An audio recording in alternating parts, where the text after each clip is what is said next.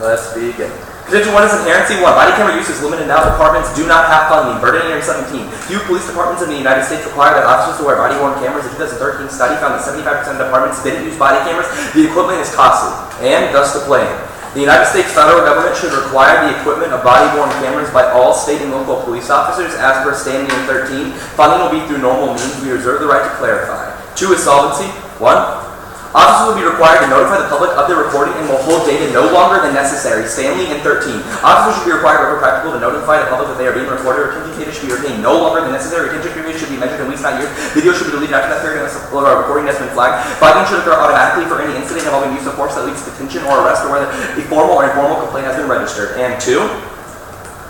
Body cameras mitigate misconduct by making officers more cognizant of their actions. Litany of psychological research proves. Ariel and 15.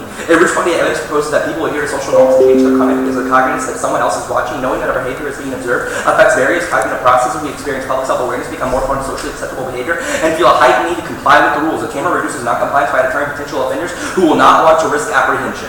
Contention 3 is advantage 1, misconduct. First, police misconduct is part of the ongoing structural violence against Black and Latino Americans. Ragland and 14. Structures of racism and violence perpetuate police brutality against black Americans disproportionately, and the use of force against black Americans persistent and cannot be tolerated. Killings of black Americans by law enforcement have increased to 1 every 28 hours. Police brutality should finally be considered a national crisis. We should address our national epidemic of structural violence at the start. We should require police to wear cameras. And 2, structural violence locks in social and environmental tension, makes war inevitable, and culminates in extinction. This is intense in 2008. Many invisible wars were suffered by the poor, oppressed, and manifested in racial discrimination. Behind invisible wars, we find striking anti-society inequalities which generate tensions, paving the way for the unrest of visible wars, prerequisites of lasting peace involve elimination of the roots of violence, the causes of invisible wars. No ecological violence can be ensured unless inter-society inequalities are substantially reduced. The narrow minded thirst for power and wealth paves the way for the final last catastrophes. Human society cannot survive unless profound inter-society inequalities are soon eliminated. And 3, cameras solve internal problems within departments and deter racist police tactics. Simmons and 15. Body cameras offer an increased transparency and accountability to general public. Benefits extend to the internal structures within the police department. Supervisors can use the footage to determine which officers may be in need of additional training. A police executive research firm found that 94% of respondents use footage to train officers and teach and administrative reviews. If officers wore body cameras, it would be more difficult to engage in impermissible stops and searches on minorities because they could not hide their disparate choices. And 4, using strategic state action is critical to fighting structural violence. Even if they point out contradictions, that doesn't disprove the desirability of the act as a whole. Smith and 12. Given the logic of settler colonialism and being hopeless to work within the U.S. legal system, we are presented with a short-term legal reform that addresses immediate events, but it further invests us in the system of long-term organizing that attempts to avoid contradictions but does not focus on immediate reforms. Despite the U.S. legal system's complicity, the law can be made to support the end of the system. Racism and classism is more a radical racial organization where either crushed or quashed by the U.S. government in the 1970s, movement shifted to a system of articulating identity-based claims. The same U.S. government that codified slavery and genocide now becomes a body that will protect people of color from racism. It may be possible to engage in legal reform in the midst of contradictions foregoes the fantasy that law is morally benevolent or even neutral. And contention 4 is institutional legitimacy. 1. Police misconduct degrades institutional legitimacy. If citizens view authorities as immoral, they will disregard them. Hewitt et al. In 2010. Behavior officials builds or erodes institutional legitimacy. Conferring legitimacy on an institution is also therefore an act based on the expression of shared values of our moral alignment. If individuals see the police as lacking moral fiber and they can make the public cynical about the law, the sense that the laws or rules are not considered binding to the existential, the police is the most visible agent of social control and the most high-profile institution in a justice system that is empowered to find right and wrong behavior. If police abuse their powers, then this generates a powerful cynicism. The police can behave however they please and ignore the rules, so can I. And 2, a loss of state-level legitimacy tanks overall legitimacy. Kovacs and 13. The United States legitimacy rests on the fact that it was perceived to be able to keep a stable system. The United States, the American system of institution is intricately and indubitably linked to the United States itself. Whenever a crisis of legitimacy in the larger system arises, we can automatically receive a decline in American state legitimacy. We see a link between American legitimacy, the American system, and international society. The decline is explained at the state level. American power resides in institutions which produce high levels of will and compliance. Power and legitimacy are complementary since legitimacy holds a certain element of coercion, becoming a form of power in itself. And 3, institutional legitimacy is the only way to exercise supremacy and maintain peace. This is from Croma in 2009. The hegemonic state is susceptible to good that other states emulate. Emulation is the basis of consent that lies at the heart of the hegemonic project. U.S. benevolent hegemony is what kept the peace since the end of World War II. U.S. leadership takes the form of providing the venues and mechanisms for articulating demands and resolving disputes. Legitimacy exists when political order is based on reciprocal consent. And 4, effective soft power solves a laundry list of impacts, not in 2017. The United States will not be able to achieve many of its international goals acting alone. Global climate change and rising sea levels, drugs to infectious diseases, and terrorism. Nations must use soft power to develop networks and build institutions to address shared threats and challenges. The U.S. Federal Reserve undergirds international financial stability by serving as a lender of last resort. Success will require the cooperation of others. The ability to connect with others becomes a major source of power. As increasingly, the openness that enables the United States to maintain institutions, sustain alliances, and under siege. The most important challenge to the provision of the world order in the 21st century comes not from without, but from within. And 5, body cameras solve declining legitimacy. Numerous studies show cameras reduce use of force, limit complaints, and encourage officer professionalism. Estudia in 2016. Body-worn cameras can reduce police use of force, citizen complaints, and increase police legitimacy and transparency, improve citizen satisfaction, and enhance police evidence. A study from Alto, California showed that shifts with body-worn cameras experienced half as many incidents as officer-civilian conflicts. A similar study in the Phoenix Police Department found that officers who wore body-worn cameras had significantly fewer official complaints. Authorities behave in ways entitled to their position. Citizens respond, and power holders are influenced by this response and their future claims to legitimacy. Thus, police cameras not only provide a mechanism for transparent behavior, but serve to improve the dialogue of legitimacy. Cross-X.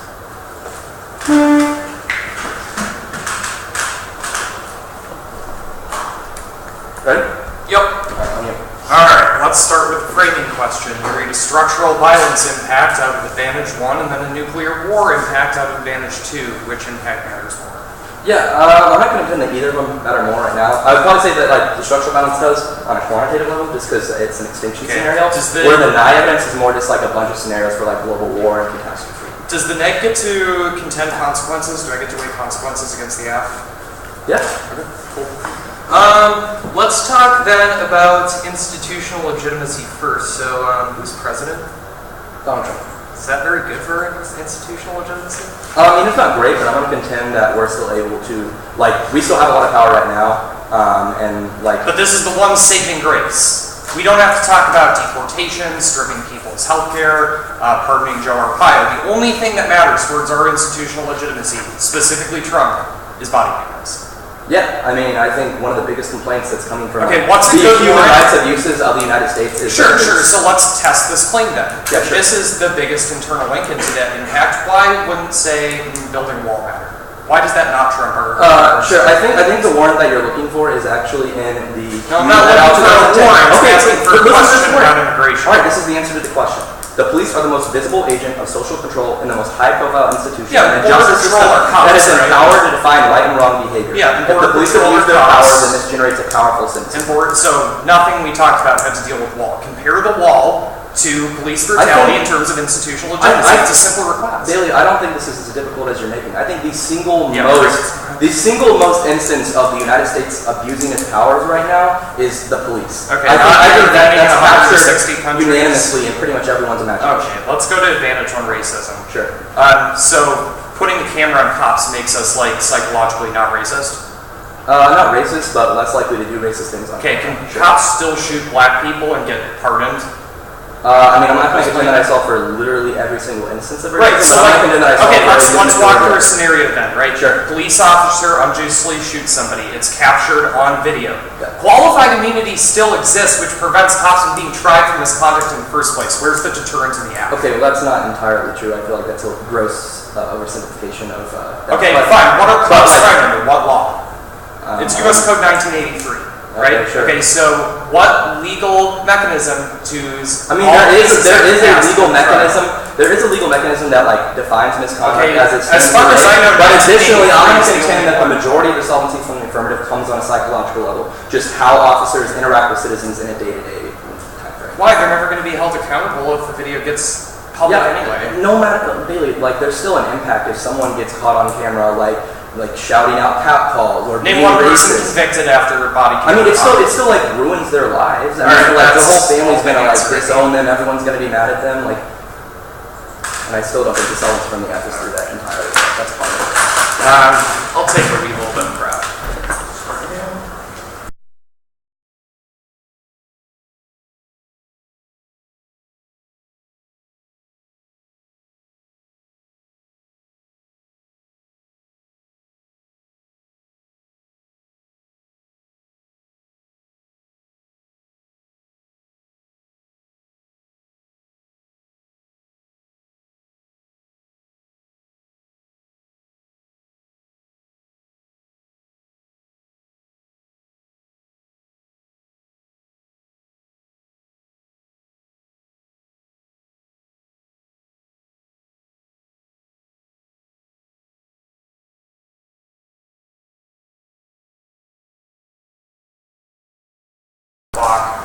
Order is going to be 4 off, advantage 1, advantage 2, solvency, 5th off if we have time. What's the last one? So 4 off, add 1, add 2, solvency, another off if we have time. Oh, another off. I should say 5th off. Yeah.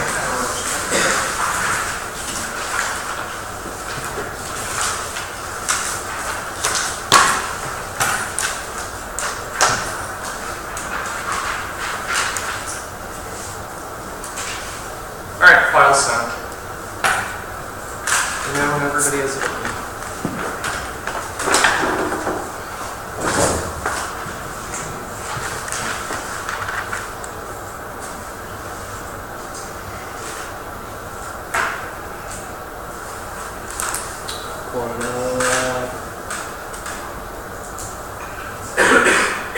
Alright, cool.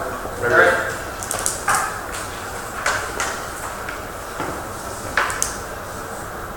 Office of the European Elections disad. European right-wingers are losing elections thanks to Trump's incompetence silver 17. Right-wing parties have disappointing results in Austria, the Netherlands, France, the UK, and Germany. These are the major elections in Western Europe. It's a remarkably consistent pattern. The party against the receives scrutiny that further underperforms in the polls to attribute this to Trump. There's a lot of evidence timing lines up while right-wing parties had been gaining until last year. Trump's highly unpopular in Europe. He's explosively become subject of debate. While support has been lower than a year ago, maybe higher than 20 years ago. Trump may have set his claws back, especially in Europe, and Trump's policy bungling backstops the spread of populism in Europe. The plan against Trump highs visibility win. His contention, too, is literally soft power, Adelman 17. What Europeans value from leaders is competence, and it's not something populist counterparts can promise. Such threats have not been lost on European politicians seeking office, distancing themselves from positions taken by Trump. Watching Europe see themselves in starkly different terms from Trump to America. Many consider themselves bastions of freedom and rights. Trump's actions are monitored closely across the Atlantic. The more mad is the broader the backlash, the more likely Europe could return to sanity. And a core of far-right European states means renewed Middle East intervention. Neither is Islamophobic and elbow tight with Israel. Greenwald 16. Far-right parties embrace Israel and embrace back, and any party driven towards antipathy towards Muslims will find common cause with an Israeli government that spent decades occupying, bombing, and denying rights. It's the opposite of surprisingly forged alliances with parties around Europe and possess similar attributes. They presume the need to punish outsiders when it comes to the alt-right Muslims are in the world previously occupied by Jews, and the Middle East is powder keg, increased meddling, fuels cataclysmic global power wars. Bucci 15. Conditions are right for a Middle Eastern war, and one that could spill across the globe. All that remains missing is the spark studies are massing troops on the border of Yemen, Pakistan, and Egypt, and promise ground troops into huge amounts around society for hegemonic power blocks of the Middle East. This week on policies of fueled uncertainty and perceived opportunity when large regional powers driven by sectarian attack political forces are poised to fight miscalculation to be cataclysmic. Next off is the advantage counterplay in the text.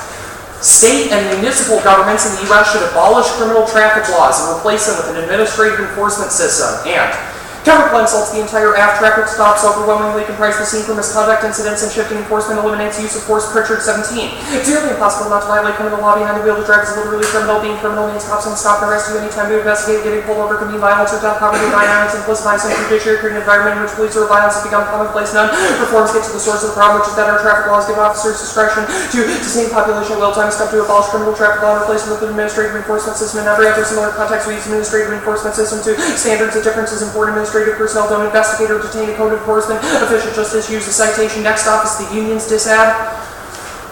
Police accountability proposals and public criticism aggravate police unions. They'll push back to protect officers. Balco 15. Police interest groups are in real well as one side debating any accountability proposal. The rest making cops hesitate, thus jeopardizing the public. Any criticism of excessive force is taken as criticism of all officers. It's hard to think of a profession more sensitive. The profession seems to have gotten more isolated, protected when you're accustomed to only gentrification, even a milder people sting. And police lobby backlash circumvents and outweighs the app. They'll succeed in pushing for immunity for cops. That's a root cause of violence. Tracy 14. Rarely a police lobby is targeted for strong law enforcement like other interest groups advocate on behalf of their membership to the detriment of the greater good political leverage accumulated over decades. Officers go about daily beats with guarantees never held personally liable, assured robust support network. The police lobby tends to be very confident. Its leaders exhibit low compunction, self-acclaim by even bipartisan skepticism. Lawmakers have made zero progress. Next off is ESPAF 1, the interpretation. The plan text should specify the mechanisms and means responsible for body cameras. Do we purchase them and give it to state governments? Do they purchase them on our behest? When do they get turned on? What model is being used? When will they be seen in court? Choose the reasons to prefer. A. Stress view. Bank plans makes tax make pre-round prep to mechanism and arguments and in-depth research of the act impossible. We don't have a frame of how plan works. And B, stops one error severance after and shift around their story and what they do with cameras and like troops after leave to justify counterplan firms and answer budget and capital trade-off links. And 3, fairness and education is about the pedagogical intended debate is to expand critical thinking and offer a balance relative value. Should go for the debaters the interpretation best meets that goal. Now to go to the on case. Before we go to the advantage, just a quick overview of the entire app. 2 reasons it doesn't solve. 1, qualified immunity means that cops have no deterrent to shooting anybody they want. So body cameras just capture it. 2, you don't even say in the plan text that body cameras get turned on. 4, plan writing means it doesn't solve. Not my fault. Advantage 1, overview. War turns their structural violence claims, best evidence proves neg controls the causality debate. 4 and 12. No conditions in and of themselves inoculate against militarism. War is not a product of capitalism, gender, or any other single cause. War is rather fueled and sustaining these injustices. Once we have escaped from war, we will have resources to vote for other problems like economic injustice, poor health, and environmental destruction, which war exacerbates. Those of us who want to make the world a better place, more equitable, healthier, cleaner, should abolish war a priority because peace can help bring other changes. And second, there's no war from structural violence. They make that claim, but there are 1,000 alt causes. Oppression will exist in nearly every form. There's really no reason why this one form causes it. Structural violence has gone on forever. I think the claim is empirically denied. And then third, we'll just like say we outweigh with the large magnitude impact of the disad or term with the other disad. Okay, now the line by line. A. Body cams in their use are up to institutional intent. Footage just ends up sanctioning spectacular violence. Linman 14. We should caution against placing emphasis on images of spectacular violence as mechanisms for social change. Institutional and structural arrangements will be shielded from serious critique. Even body cams cannot eliminate police killings and only ensure that when killing does occur, it was performed within sanctioned legality. The target of radical critique must be violence in all forms. And B, the affirmative can't solve, no reform can succeed without national data collecting and monitoring of policing. Lee and the Lee 16. Every day in America, people are killed by police that nobody knows just how for sure how many or how often. There's no single agency tasked with collating data. Critics and leaders believe lack of data collation has created a massive blind spot in terms of effective police reforms and policies. Now go to advantage to soft power. Process was absolutely embarrassing. Donald Trump is president. American hegemony is over. Tyler somehow thinks that putting body cameras on cops gives us institutional legitimacy. We are walling off the country to ourselves and cutting healthcare for people. I think there are other issues on people's minds. Now line by line. A. Trump flips the rule of law. Laundry list of examples by only 17. Elections were marked by suffering and interventions of foreign power every day. With every tweet, the leader of this country is determined to undermine rule of law, repeatedly threatened to jail opponents, he incites security forces, wanton violent powers, crimes, unsectarian intentions that festered in the country since before it's founding and constantly threaten his neighbors. And B. Trump bumps institutional legitimacy. He's tearing down government as zero-sum approach to foreign policy. Salmon 16. Half voted for him with the expressed intention of seeing him throw bombs and tear down institutions that create peace in the context of debased institutions. Trump is going to have enormous power, but much less legitimacy. Hackers fully with zero foreign policy expertise has a finger on the nuclear trigger. Trump does not have allies unless somebody else is losing. He can't be winning. This doesn't bode for well for anybody outside the U.S. And C. No impact to U.S. decline. The international liberal order prevents transition wars. That's in the U.S. That weighs 10. Explanation for the decline of war, nuclear weapons, economic interdependence, international domestic political institutions, evolution, and ideas and organizations that state and activists. America maintain validity. Were America to become restrained nuclear weapons would still affect calculations and would be aggressive. Globalization would continue. The UN could still deploy peacekeepers. Democracy would not trickle to ideas that wars not reliable resolve conflict. To have no reason to return. Strategic restraint would be risk-free. Now go to solvency. One argument. Body cams don't imply footage gets released. It's useless. Stroud 17. The law enforcement lobbying groups began to push for statewide counter-transparency body camera laws. Another shooting like Ferguson occurred, footage would be withheld. Not only will body camera footage strengthen surveillance, it will also impossible for civilians to view, which is the primary reason cameras made sense. All over the country, state legislators are making that difficult. It doesn't solve. Nobody sees the video, and when they do, they just say cops are legit and shooting somebody. Probably a terminal terms they have. Okay. Ross. Cool. So, first let's start off on e-spec. Okay, so what exactly would I like to specify to be specific enough to meet your statement? I mean, to be frank, if the plan text had said we either buy the cameras and give them to states, or even if you had said that you force states to get them, that would be fine. I'm just placed in a position right now where I can't really read, like, politics, FISM, or really any agent counterclaim. Okay, so why did you ask that question in cross-examination? I think the theory shell gives a pretty good burden of why you should be doing it in that 1AC. Cross-ex doesn't check. If you don't say anything in the app, not only can you make up whatever you want in the CX, which I can't crap, there's nothing in the app that holds you to But what I say in cross-ex is binding, right? Like I can't no, just be like, not. they're going to do this, and the next week you're like, psych, we're actually going to do Okay, this. so even if you win that argument, you still conceded that I have nothing to crap. I think my argument is also like supercharged by the fact it's the first tournament of the year. That's fine. Okay, now let's go to the structural balance flow. Okay, so you said that there's no data collection mandated for my plan, so that doesn't need to solve. Can you elaborate on this argument? Great, so the Lee and the Lee card says that any type of reform, regardless of whether it's body cam or not, implemented at the national level, is assuredly going to fail, because without a database that tracks, like, every instance of violence, what exactly happened from the federal government, there's no way the federal government can go about and say, for instance, to the NYPD, hey, turn your body cameras on, which is, by the way, something they haven't done for the past 3 years, despite a consent decree from the Department of Justice. Alright, that's cool. Now let's go to institutional legitimacy. Okay, so your first argument was about, Trump and killing institutional legitimacy. Yeah. Like, is the United States still the most powerful country in the world? And also have like the most engagement throughout pretty much every international institution. Well, if you want to make that argument, I'm just going to say in the two-man argument, uniqueness overwhelms the claim from the advantage, and we're just going to have structural violence debate, so be my guest. Okay, sure. And then you, at the bottom of that institutional legitimacy flow, you read this no transition wars argument. Okay, so how is this responsive to my impact scenario when it's more just about like the ability of the United States to lead coalitions to address these problems? Yeah, you read Joseph Nye, the biggest international relations neocon out there, who says... Okay, yeah, but the impact scenario is predicated off of the United States declining and then these wars. Yes, it is. It's not predicated off of geopolitics at all, really. You're reading the international relations advantage. That's fine. Alright, now let's go to the counterclaim. I'm assuming this is conditional. Yep. Okay, how is changing the way that traffic laws operate going to solve better for social violence in the Athens? So the Pritchard card is fairly good in saying that most people's interactions with the cops, especially like negative and violent ones, happen during traffic stops. So the answer is don't let cops police traffic, right? Much better than the affirmative, which just videotapes cops shooting people without taking them out of the situations in which they shoot people in the first place. Got it. Okay, that's starting press.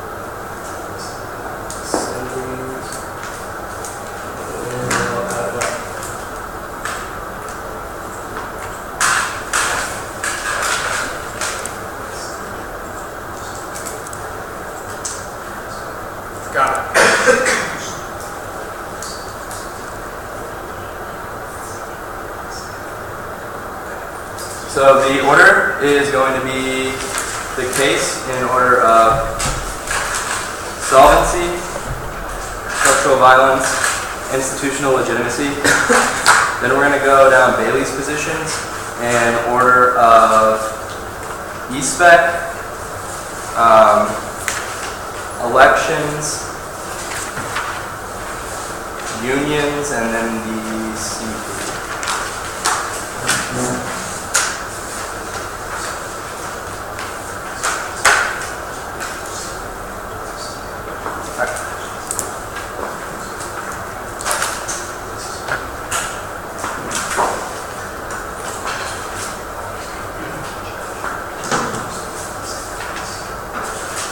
Bailey, ready?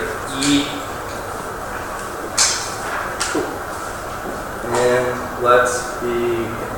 First off, on the solvency flow, go ahead and extend across my arrow 2015 evidence. It says that once police are required to wear body-worn cameras, this means the entire psychology of all the police departments will change, and officers will act like they are wearing a body camera even if they're not wearing one at that very moment. Then, cross apply my 2015 evidence from the structural balance flow that says that once police are required to wear body-worn cameras, this is going to deter racist police tactics because they know that their methods of policing communities are being monitored. And third, go ahead and cross apply my Studio 2016 evidence from the bottom of the institutional legitimacy flow. This is the best piece of evidence in the round on the question of solvency. It references 3 different quantitative studies that says that once police are required to wear body-worn cameras, the use of force decreases, the use of citizen complaints decrease, and officer professionalism increases. Now let's go to the line by line. So, Bailey says the officers won't turn them on. One, I think this is answered by my Arrow 2015 evidence. It says the psychology of the department will change, meaning the officers are basically going to be forced to turn them on. Then he says the footage isn't going to be good enough and the departments aren't going to hold on to them. I think this is specifically mandated by my plain text when I reference it through the Stanley 2013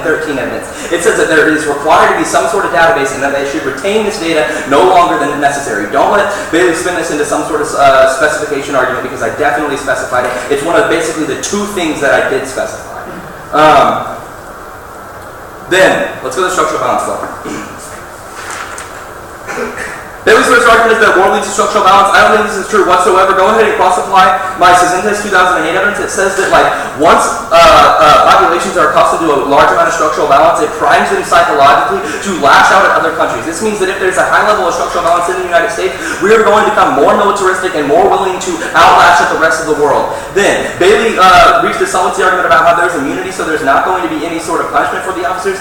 There's 1, still punishment that exists in the status quo, and 2, I think the majority of the Solvency Act is actually generated through this psychological change that happens after the police officers are required to wear the cameras.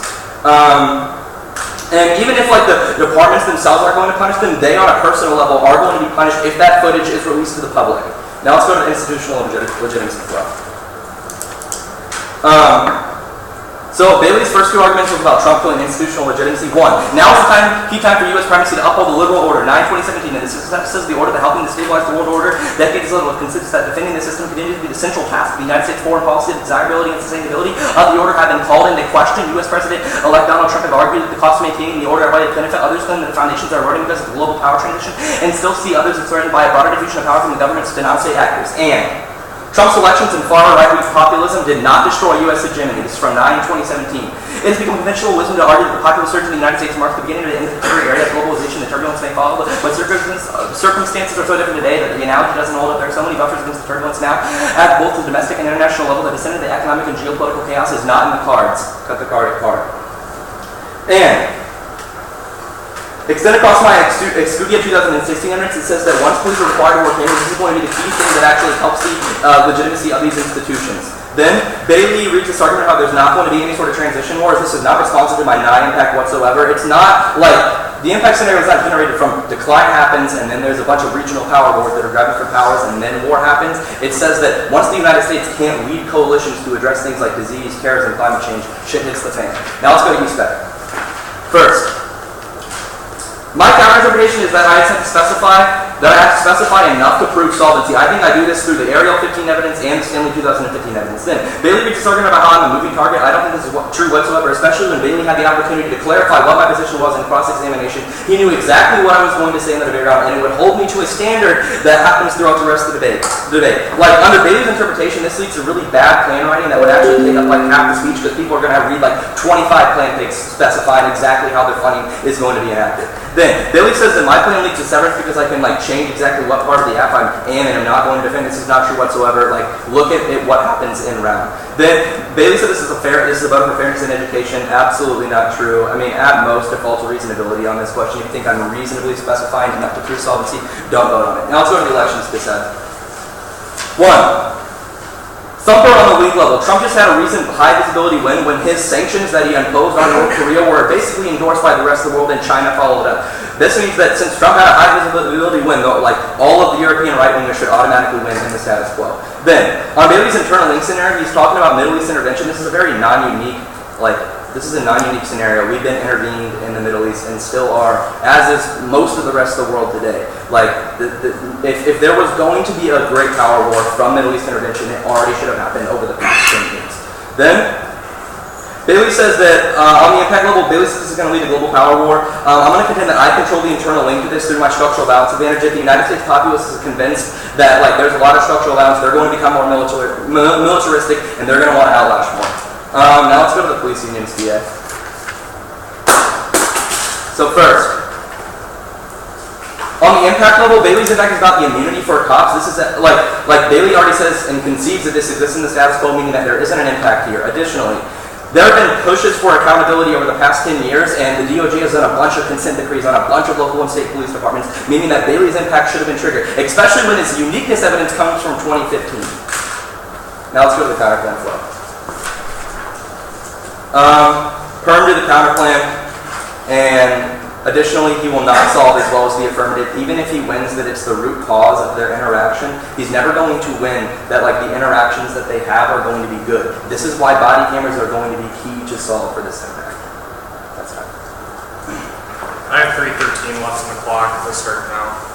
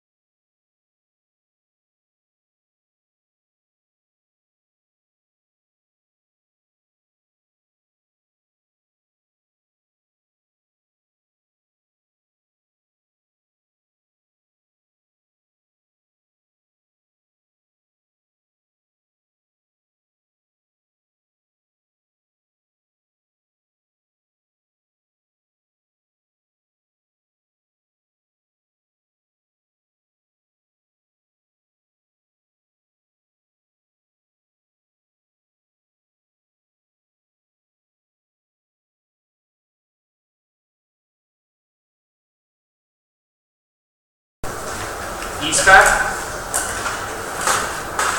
police unions, the Advantage CP, European Elections DA, apps right down. There will be There will be a round overview on the counterclaim proper. All right, David, you said ESPEC, Union, counterclaim, Europe, and then the case in order and overview on top. Correct. Yeah, there are two. I'm just gonna... Honestly, it's not that big a deal. Okay, cool. Anyone not ready? Right.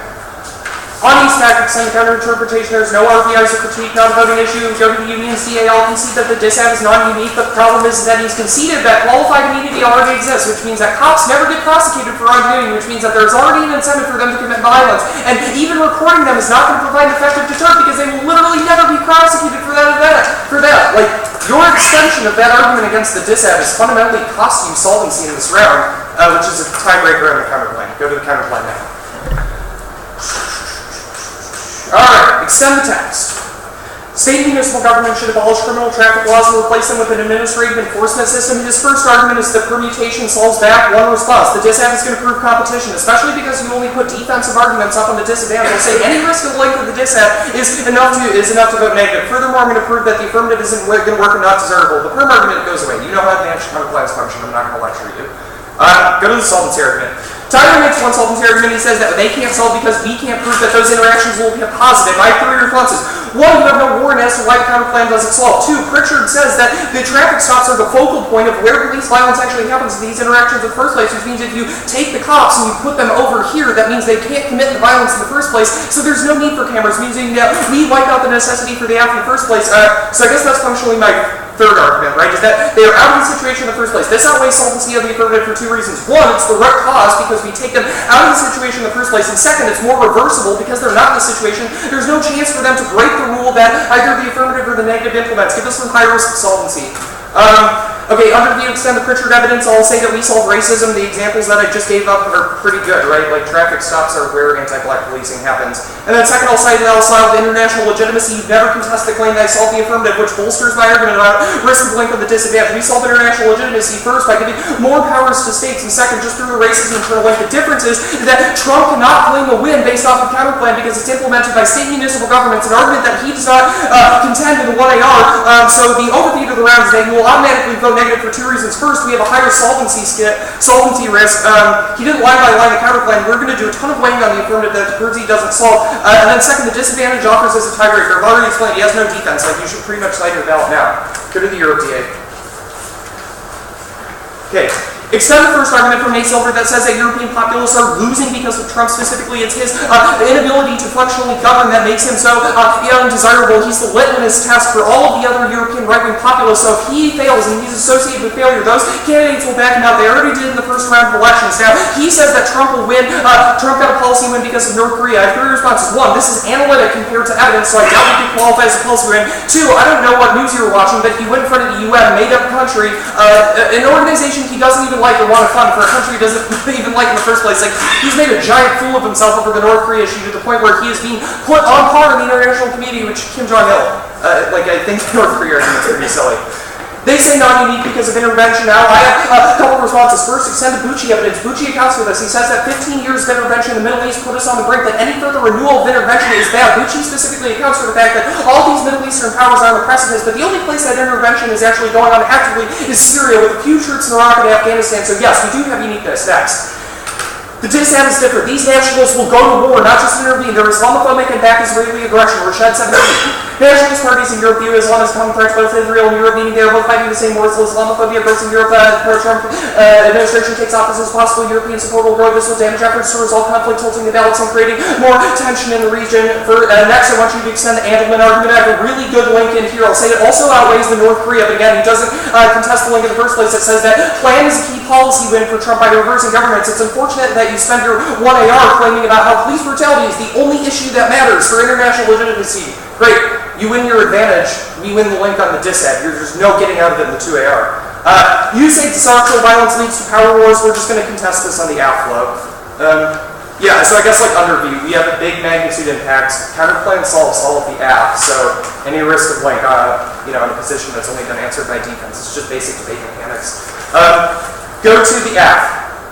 I want you to extend the overview of the qualified immunity argument that goes, Cole conceded, in fact, Heather even agrees that qualified immunity exists now, which means that cops never get tried, it never even goes to trial. So then I want you to extend the legitimization term that from Lindemann that says that this sanctions violence. The fact that they will always get off means that if you just present videos to departments and juries, they're only going to confirm that what the cop did is right, not necessarily bad. You assume that just seeing it on video is a bad thing, but the fact that they're never going to get prosecuted and people agree with the police in the first place means that the affirmative actually only legitimizes abuse, which not only is an independent term that makes sure the affirmative doesn't solve, but is also a tiebreaker on the counterplan if you don't buy the Europe as a tiebreaker. You say that this results in psychological change. 1, no warrant. 2, no deterrent. Qualified immunity matters more. It doesn't matter if they think they're going to look bad. Look, everybody who's been caught on video so far with body cam shooting somebody has gotten off and continues to work at their department. Your evidence is not based in reality. All your arguments about monitoring or retaining people go away with the qualified immunity argument and the deterrent argument. The only argument I need to win is that structural violence doesn't cause war.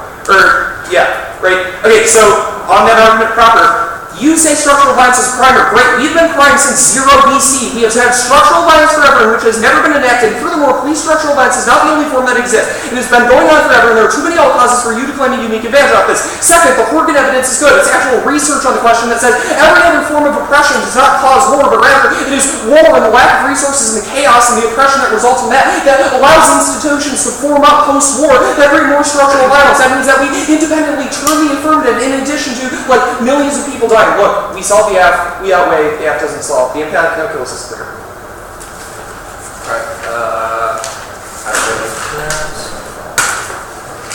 Alright, the order is going to be case in order of solvency, structural violence, institutional legitimacy, elections DA, CP.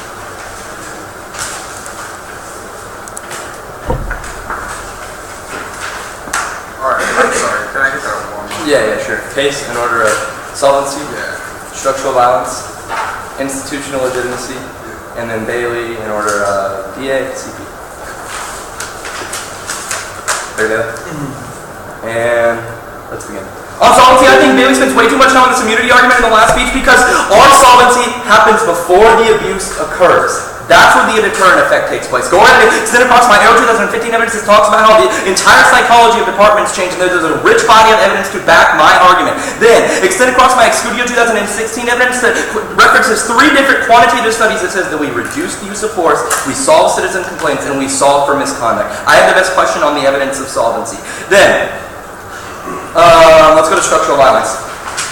Bailey's only argument here is that my priming argument is non-unique. Well, maybe that's why we're so militaristic in the first place. I think this gives some weight to the affirmative that we actually need to solve for this militaristic mindset if we're going to solve for wars. Now, go ahead and extend my Cisentes 2008 evidence that talks about how structural violence will lead to social and environmental tension, and that will lead to extinction. This is going to be the biggest impact of the round because it's a critical impact filter and filters all of Bailey's scenarios that he talks about in the Middle East. Like, if people are primed towards militarism because they're abused on a day-to-day basis, they're going to be more militaristic.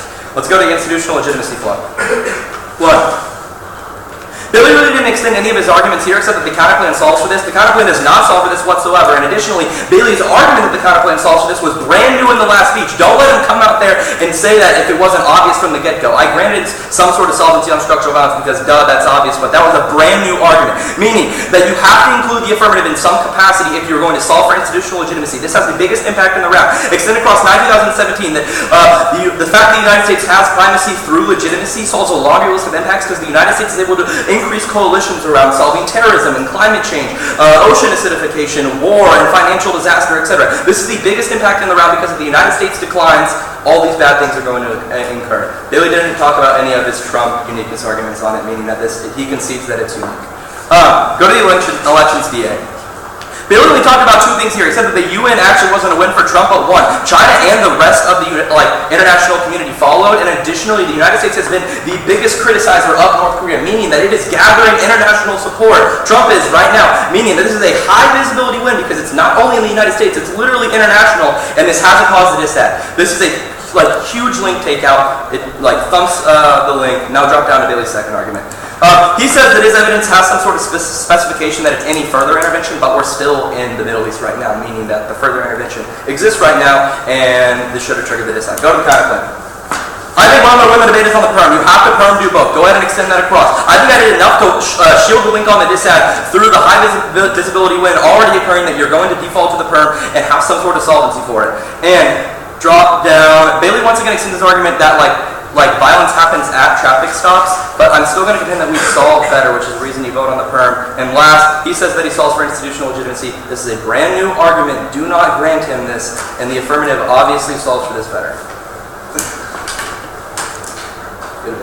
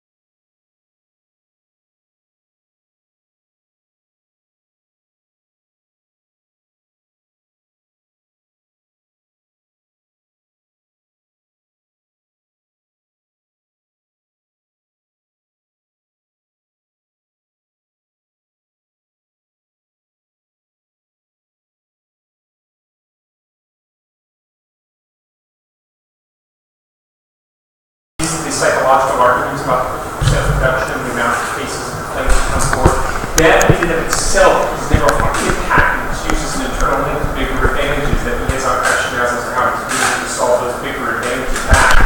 I think if you impact those unilaterally, that gives you something else to weigh against. And when he's sitting here going, the avoiding of some small risk of the disad is the tiebreaker.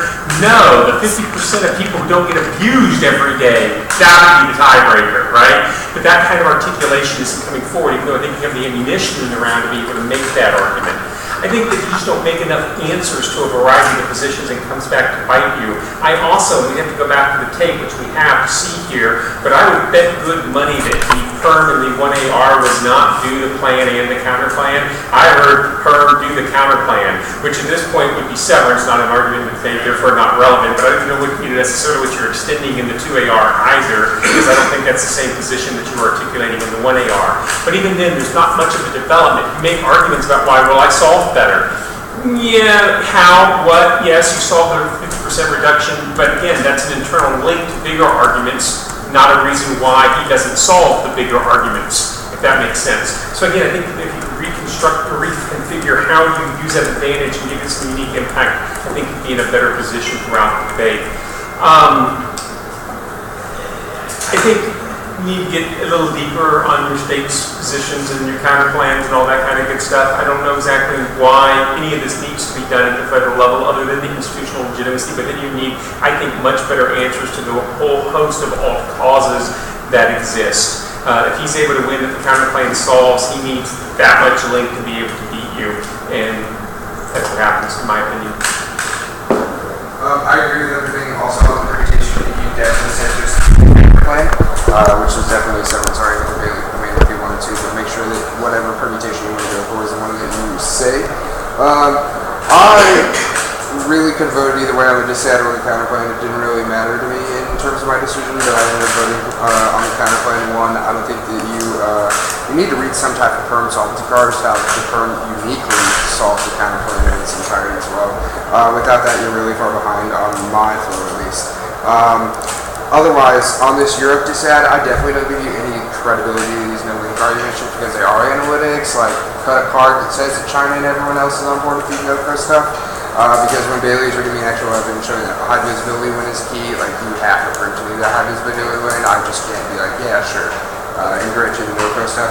I also think that Bailey's Bushi 15 card does a really good job of talking about how like nationalists will go to war and how it's a unique Middle Eastern war impact scenario there. Also, Bailey, you do a good job of like talking about how like this psychology argument that he's making on the solvency level doesn't really matter when police are still just killing black people on camera. Like, doesn't matter. If anything, like current SQO procedures probably show that psychology shift doesn't happen.